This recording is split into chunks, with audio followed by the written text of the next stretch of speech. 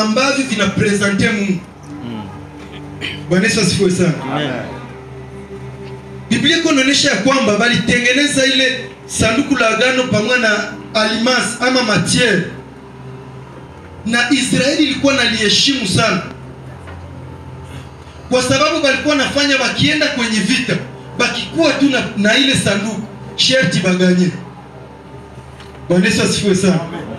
Amen, amen. Lakini hapa Biblia inasema ya kwamba paka adui akapiga Israeli na kakamata ile sanduku akalipeleka. Bwana Yesu asifiwe sana.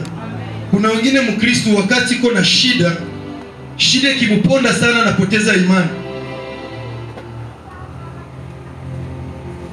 Biblia inasema ya kwamba wakati Wafilistini balibeba sanduku la agano bakalipeleka ndani ya nyumba yao ambao mulikuwa mungu wabo ambaye ilikuwa wanamuita Dagon. Kwa sababu Wafilistini balikuwa na kawaida, wakati banashinda banaenda felicite mungu wabo kusema ya kwamba iko na nguvu.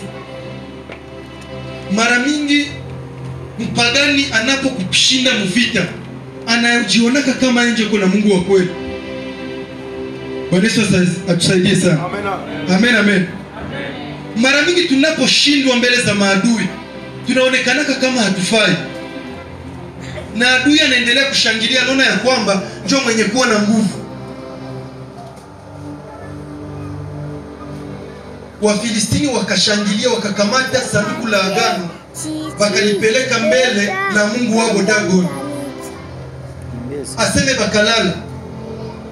Wakati ulikucha banamukia